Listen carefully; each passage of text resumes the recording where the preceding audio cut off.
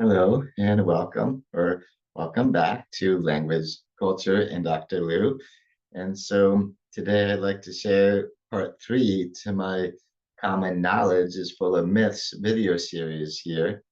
And what I'm loving about making this series is that, well, common knowledge is part of culture. So every culture has a lot of common so-called knowledge about history and how we got here today, and that's all part of it. But it turns out a lot of so-called facts from history are simply not true. We just have some misconceptions that have been passed down over the ages, and I do enjoy debunking them. And so, by the way, if you get anything out of this video, please do feel free to subscribe to the channel and give the video a thumbs up, like it. And since this is part three of the video series, I'm going to put links to parts one and two in the post description of this video so you can find them there if this one interested you at all. And so, as far as I go through these historical facts to debunk, I'm going to go mostly in chronological order from the earliest to the most recent, except for I saved one of the oldest ones for the end because the last two ones that I'll talk about are going to be the most controversial and the most shocking of them all. And so I will give you a trigger warning once we get close to that. But please do, if you enjoy shock and controversy, please stick around for those too. Anyway, so the first myth I want to talk about is that the Great Wall of China is visible from the moon, which that would be a pretty amazing thing. And the Great Wall of China itself is a pretty amazing thing since it was built in starting in the 7th century BC. So long, long, long time ago. I say BC, that assumes a Christian version of history, but according to the Bible, the world did not exist yet in the 7th century BC. Um, so there's that. And so the Great Wall of China is said to be visible all the way from the moon. And the fact is that it's not, certainly not with the naked eye, from all the way from the moon. And the thing is, although in many places the Great Wall is very tall, and it's also very, very long and covers long, long territory, but it's only about 30 feet wide. Like the wall is only about 30 feet thick, you know? And so with a width of only about 30 feet, which by the way, if you think in meters instead of feet, it's like little under 9.5 meters. That's the width of the Great Wall of China. So, and as you can see in this picture here, the color of the Great Wall is similar to some of these surroundings, like the dirt and the stone faces that you can see, very similar color to the Great Wall. And um, so even if you're orbiting the Earth from a little closer to the moon, a little closer than the moon, if you're orbiting the Earth, um, the Great Wall of China would be barely visible because, again, it's only 30 feet wide and also because the color is similar to the surroundings. So even less possible that it could be visible from the moon, which is, by the way, about 240,000 miles away. Um, and so, yeah, it's a falsehood that the Great Wall of China is visible all the way from the moon. Although not many people have actually been on the moon to confirm that, but you have. And yeah, they could not see the Great Wall of China from there, I promise. So that's the first history fact to debunk. And so let's get quite a bit more recent, like into the Common Era with Lady Godiva's Naked Ride. Now, the historical myth is that Lady Godiva, in order to protest against the high taxes, um, she rode on the horseback naked through Coventry, England, and Lady Godiva, and this would have happened in the 11th century. And so all those parts of the story are true that Lady Godiva was a real person. She lived in England in the 11th century. Actually, was she was born near the end of the 10th century, but most of her life was in the 11th century, so that part is true too. And she did plead with her husband, the Earl, to lower taxes. So all that part is true. The part that's not true is the naked ride on horseback, which is like, wow, because we all assume this is true history. And why am I saying it's not true? Because again, she lived in the 11th century, and in the recordings of the time, different writings of the time, there is absolutely no mention of her naked horseback ride. There's no mention at all. The first mention of her riding on horseback lit naked, I think, was in 1236, at least, something like that. So in the 13th century, this was about 170 years after Lady Godiva died.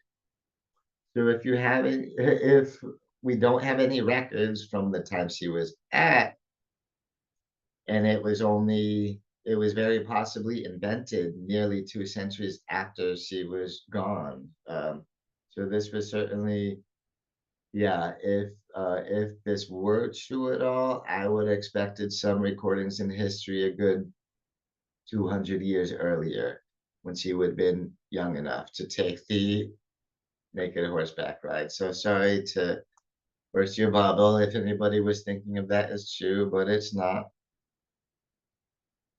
And so anyway, let's move to more recent history than this. And this is so recent, we're getting into American history, not United States of America yet. We're still in the colonies. This is in Salem, Massachusetts, which is one of the oldest cities in the US.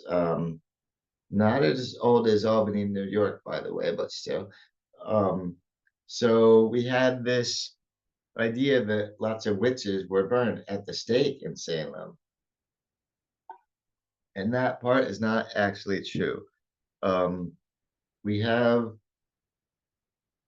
yes, there were 20 individuals. History does show this recordings of 20 people accused of practicing witchcraft in 1692 in Salem, Massachusetts. Excuse me. And the thing about this is that those witch trials never actually proved that anybody practiced witchcraft, that any of those 20 people were in fact witches practicing witchcraft. And it never proved that any of them were possessed by the devil either. And these were what they were being accused of. And I'm not saying that none of them were witches. I'm not saying that. I don't know that for sure. What I do know is that the witch trials did not prove that. So it's possible that none of them were. Um, and see, the thing is, none of them got burned at the stake because although I don't believe anybody was acquitted in the trial, but burning at the stake was not the method of execution used back then. Most of them were hanged. And there was one person, you might know this story, they were actually crossed to death under the weight of heavy stones.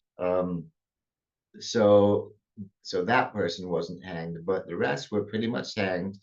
And not a single one of them was burned at the stake. So it's funny how we have all these events in history where we're getting some of the facts correct, some of it is recorded, and accurate the way it's passed down, but other things get exaggerated and turned around a little bit, such as really good divers naked ride on a horseback or people being burned at the stake in Salem. Neither of those two things actually happened, at least not in relation to the actual Lady Godiva or the Salem witch trials. Anyway, and so now that we're, yeah, more recent and up into American colonial history, let's get to about 6 years after the Salem witch trials. You had in 1752, I believe it was, Benjamin Franklin supposedly discovered electricity when his kite was struck by lightning. He was doing an experiment, flying a kite during a lightning storm and all that. That part is true.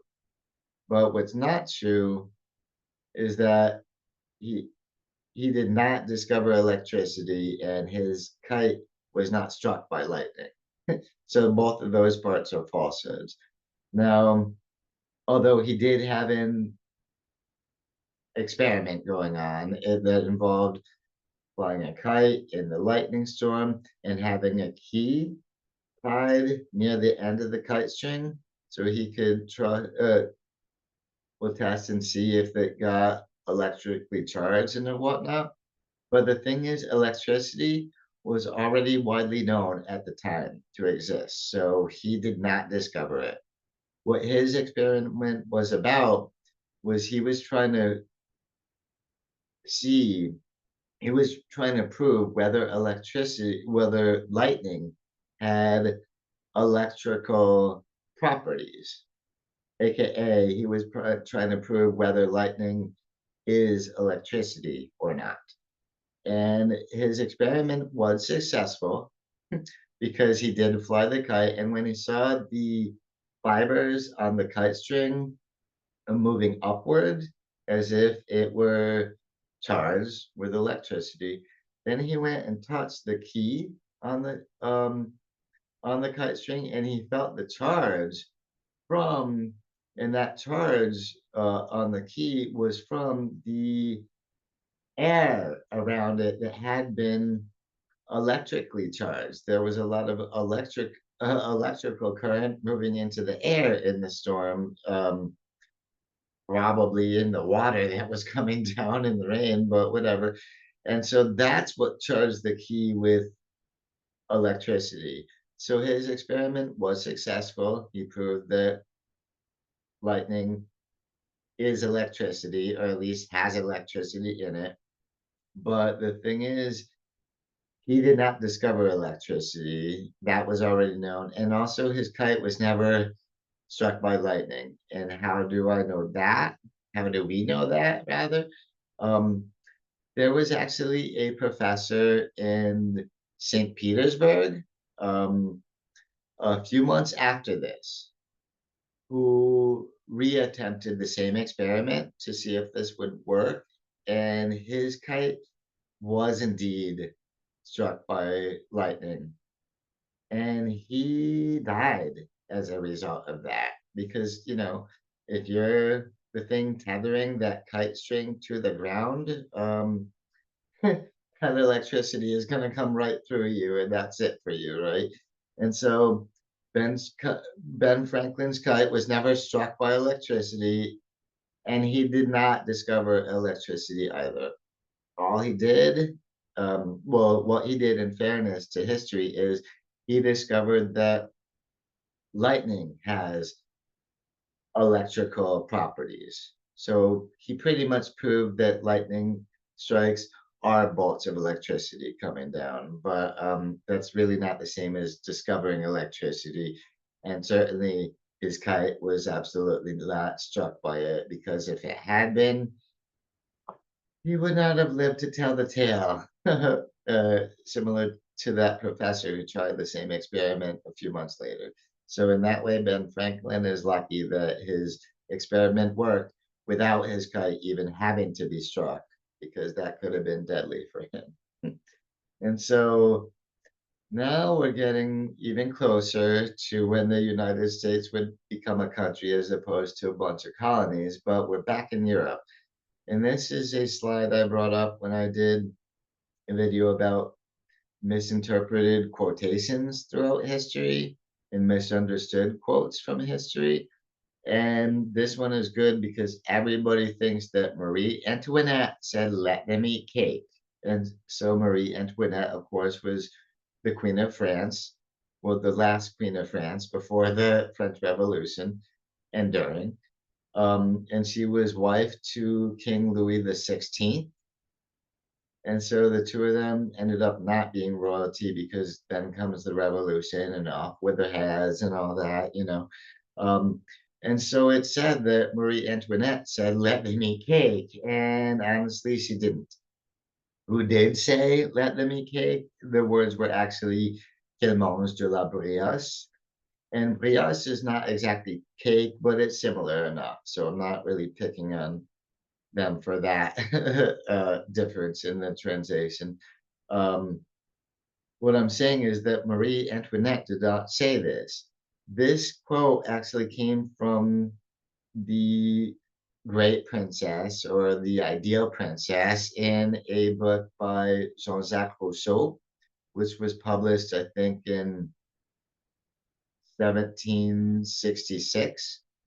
And so that was what? Now we're like 14 years later than Ben Franklin's kite experiment. But anyway, so similar in time.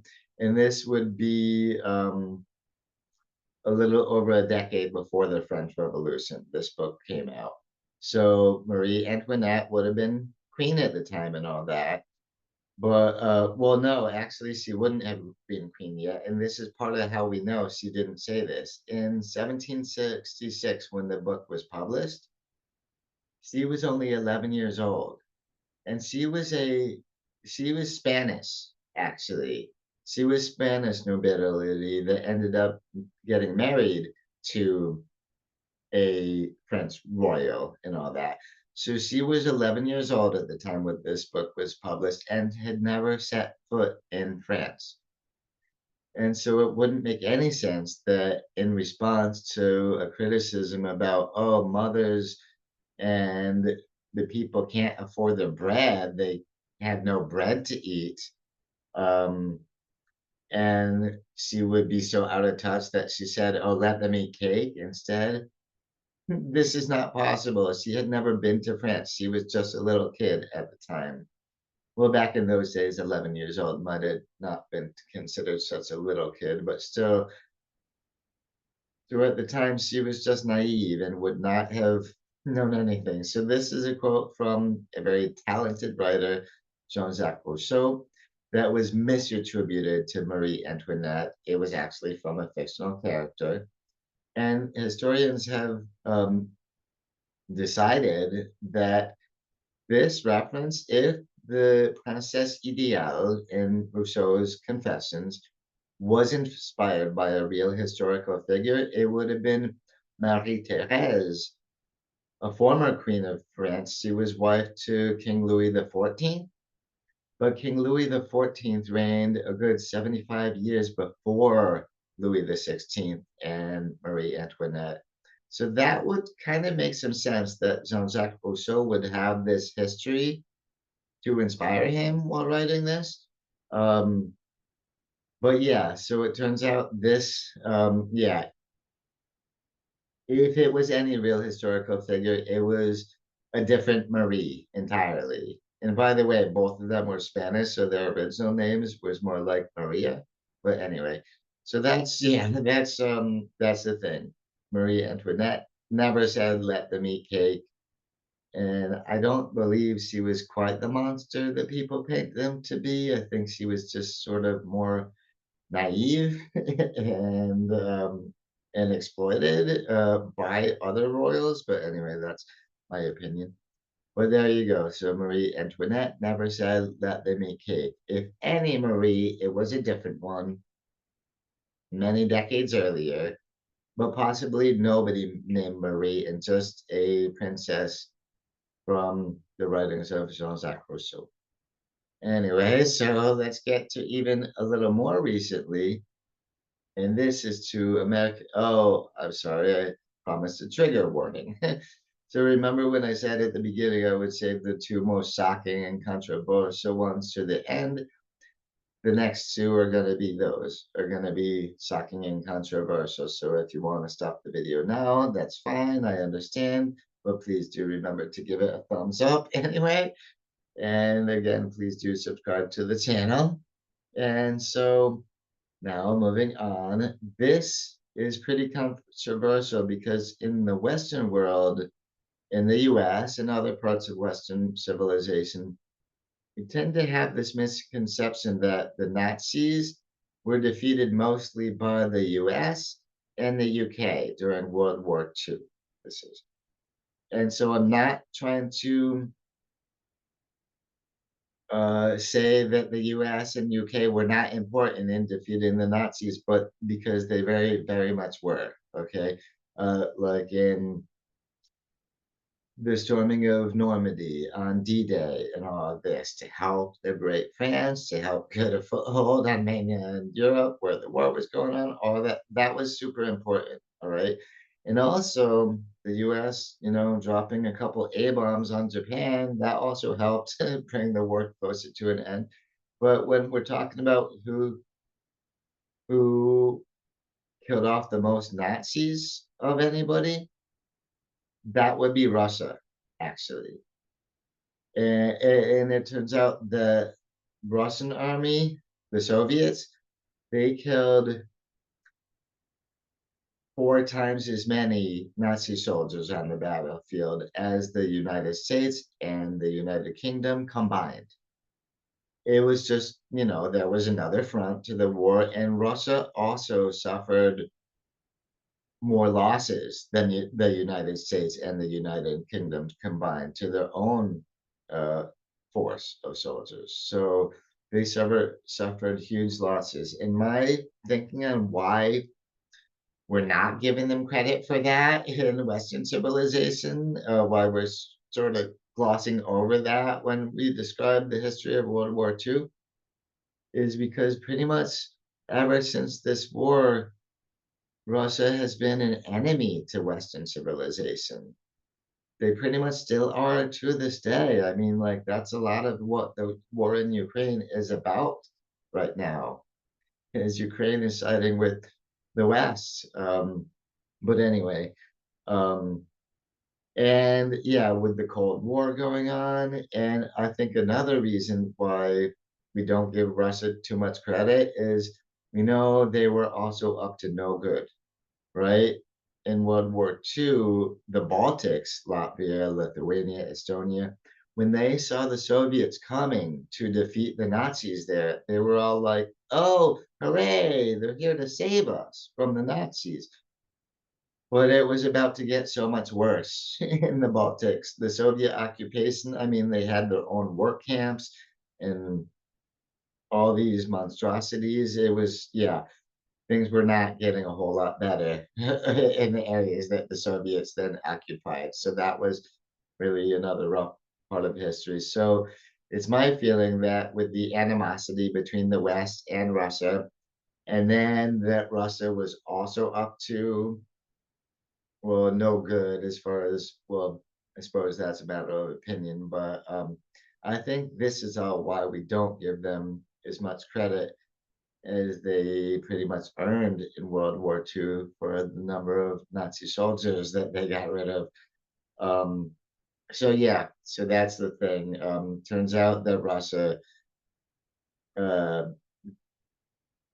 Russia unalived, to use YouTube terminology, unalived 4 times as many Nazi soldiers as the US and the UK combined, but we're not likely to give them a whole lot of credit for that there because of the reasons I just talked about. Now, this next one might be even more controversial, especially if you are Christian. So again, trigger warning. And and in my opinion, this one is kind of controversial because it's already a little controversial to call this history, actual history. is this is a story from the book of Genesis, which is in the Old Testament of the Bible. It's also in the Torah and the Hebrew Bible, and so this is agreed on by Christians and Jews, and actually Muslims also trace a little bit of this as real history, but these are religious texts that it's in. So that's one thing that makes it controversial. And the other is that it really squashes a commonly held belief, which is that the forbidden fruit was an apple. And here's the thing, in the book of Genesis, in the Garden of Eden, an apple is not mentioned anywhere. It's just not. Um, Now, what we do know is that Adam and Eve were expelled from Utopia, from, well, Eden, the Garden of Eden. They were expelled from that because they ate a fruit uh, from a fruit bearing tree in the midst of the garden, in the middle of the garden. And people started thinking that fruit was an apple, I think a couple centuries later.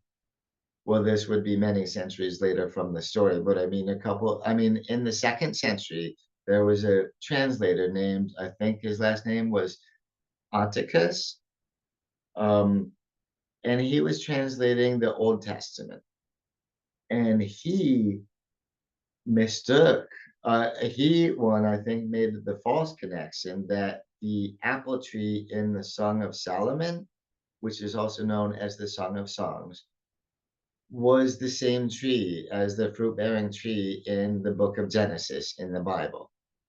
And I don't think there was any good reason to make that jump because, for one, the Song of Solomon, aka the Song of Songs, this is not even in the book of Genesis in the Bible. It's actually in a separate book that doesn't even appear in the Torah or the Hebrew Bible or anything like that. It's a separate book entirely. And yeah, so there's no good reason to assume that the apple tree in the Song of Solomon, aka the Song of Songs, was the same tree as the fruit bearing tree. And I think part of this is because the imagery, the analogy, the metaphor is different. What the apple tree in the Song of Solomon stood for was the love and joys and comforts of life with your beloved. And that ended up, the apple tree ended up um, symbolizing the love of Christ and the comfort of Christ. So that was a different thing. Whereas the forbidden fruit in the Bible, the tree in the middle of the garden that had the forbidden fruit, that represented knowledge, as far as my memory, in my memory from Sunday school goes. So it was very different thing. It wasn't even symbolizing the same thing. And plus, again, totally different books. And then a couple centuries later, there was Saint Joseph, who also connected the apple tree with the phrase, and there where thou'st, um, I don't remember. Oh, something like, and there thus were became sinners or something like that. Sorry, I'm not really up on my biblical verses and whatnot, but still, the connection to an apple tree was made centuries later, and no apple was actually mentioned in Genesis. And so I would agree with some biblical scholars who would say that the forbidden fruit was a fig. And why would I agree with that? Because Adam and Eve were known to wear fig leaves as garments. Well, instead of garments anyway, but they were known to dress in fig leaves, and figs grow on trees. So, yeah, I have a tendency to side with the biblical scholars who say it was a fig. Now, some Muslim scholars say it could have been grapes. And that has been depicted too in pictures and lithographs and whatnot from the Bible of Adam and Eve eating grapes and whatnot. But I don't think it could have been grapes because grapes grow on vines and not on trees for the most part anyway.